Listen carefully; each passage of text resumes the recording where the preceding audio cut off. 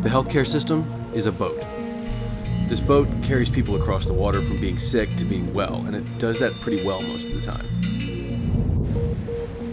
This boat only has so many spots on it though, and because of the social and political and economic realities of the world, that boat, even on the best of days, is mostly full and constantly springing leaks. Sometimes people get on the boat knowing they won't make it all the way across. Other times people fall off because a railing broke or some other issue with the boat. Some people aren't allowed on the boat because they can't buy a ticket. That is how the boat normally functions. There are times during a regular year, like in a bad flu season, where more people need to get on the boat than normal. This can cause the boat to get too full and too heavy and start to sink. Our system has dealt with this in the past by using lifeboats, or moving people to other boats to try and keep all the boats above water. Then there is the unprecedented challenge presented by coronavirus.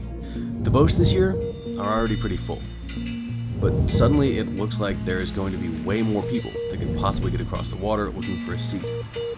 When all the people who need to get on the boat try, and all the boats are in the same position, the only thing that can happen is that the boats start to sink. Even worse, the people who drive that boat or fix those leaks, they start to get sick and need boats of their own. There's nobody left to get people across the sea.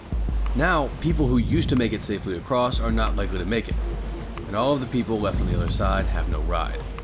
Also, sometimes to make room, difficult decisions have to be made about who can get on and who will have to be taken off the boat. This is what is currently happening in Italy. But if we all use social distancing and isolation to keep a slower rate of people attempting to board, the boats can still help the new coronavirus patients, as well as all the other patients who need urgent treatment.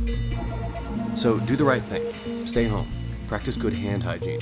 If you're sick, isolate yourself. And follow the instructions of your public health officials and doctors. This will allow us all to have a chance to sail on.